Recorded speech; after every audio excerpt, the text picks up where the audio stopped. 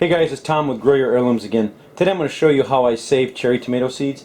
Now the way I save cherry tomato seeds, of course, it's no different really in the way that I save regular tomatoes, except the only difference being how I extract the seeds from these. With the large tomatoes, I just cut across the fat part of it and then squeeze the pulp into a dish. But with these, pretty much all I do is I take, you could do it a couple ways. You could take this and you could just squeeze it and hope that when it blows out the skin that it doesn't blow it into your hand and it blows it down directly. But the best way to do this is I just take a knife and then I just score it, put a little hole in it like that, and that way when I take and squeeze this, I'm pretty sure that it's all going to just blow right out that hole like that. And then I take and make sure that I get all the pulp and the seeds out of there, and then I just take this and that goes wherever. If you have chickens that like it, or you can eat it yourself too. So I take the opposite end of the stem end, so I take basically the bottom and I just put a little hole in it just to break the skin, and then I take this and just squeeze it and all the pulp just runs right out. And sometimes it will try to blow in your hand if you squeeze too hard, that's just fine. It's, this is what gardening is all about, right? Getting dirty, getting messy. And you want to make sure that you squeeze all that pulp out too. You want that pulp. Okay. So just squeeze it slowly so that it doesn't blow out one end at you like that. Just get all that pulp out.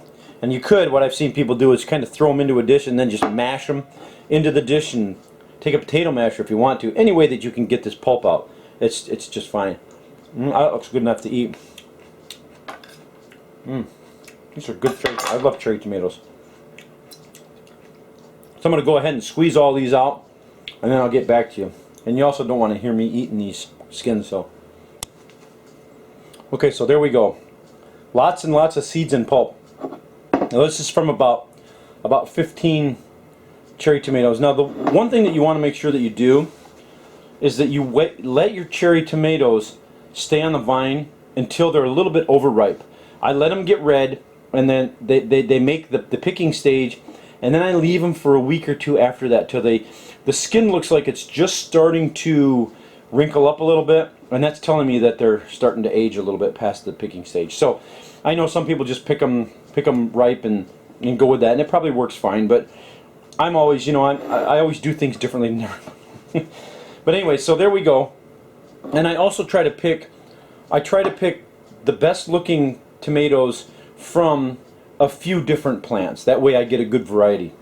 So anyway, so what I'm going to do is I take this and I pour this into a mason jar, and then what I'm going to do is I'm going to take, now I've seen a lot of people will take and put water in here, the same amount of water as about what, the amount of pulp and seeds that you have. But I don't.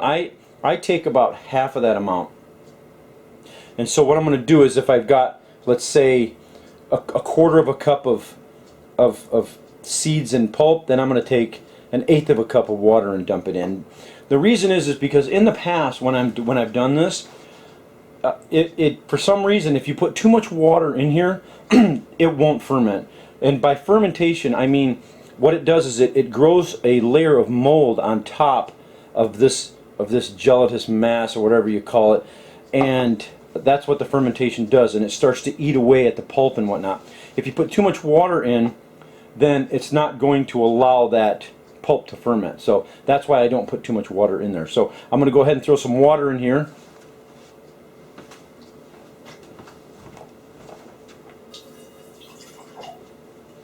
Okay, so now you're probably thinking that that's not very much. You would think that, when you save tomato seeds, a lot of people say, well, why aren't you saving like a half a cup? Because with cherry tomatoes, well, at least with this variety, it's unbelievable how many seeds are actually in one little cherry tomato. I mean, it's incredible.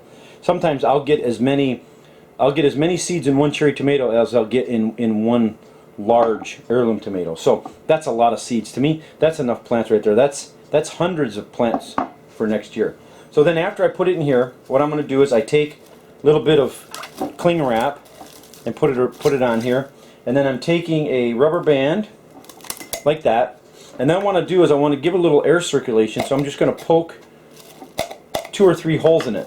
Now I'm going to set this in a warm place. What I do is I put this on my windowsill. You don't want it in direct sunlight, but you want it in a warm place. So I put this in a north-facing windowsill that I have, and that way it gets kind of ambient light and a little bit of light from the room and some spilling over from outside. But anyways, you don't want it in direct sunlight, but you want it to be warm.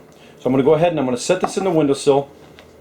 It usually takes 3 to 5 days for the fermentation to start taking place, and within probably, it's within 5 to 7 days the fermentation should be complete. So I'm going to set this on the windowsill and let's come back in a few days and see what we've got. Okay, so this is what it looks like. Now I actually kind of left this and then kind of forgot about it, but this is what it looks like after 5 days. Let me show you here.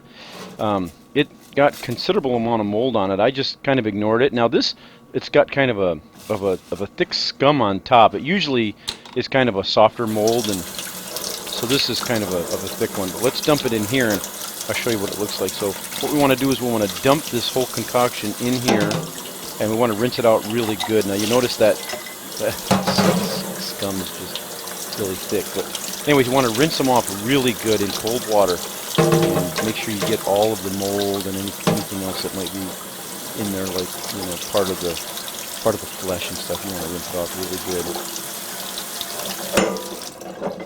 And then what we want to do is we want to put these back into the cup, into the mug, and then we want to add water again. So let me move the camera up here so you can see it better.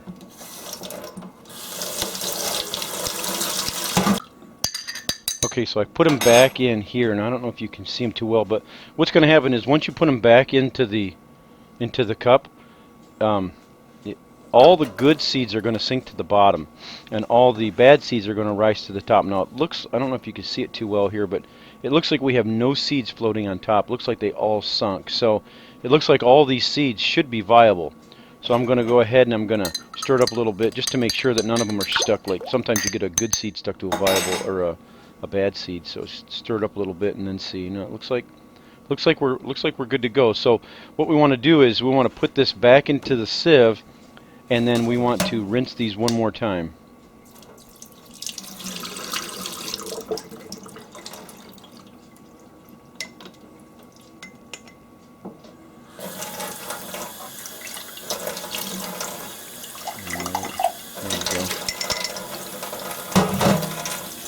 Okay, and then give them a good rinse. Make sure all the flesh is off of these. Make sure they're nice and clean.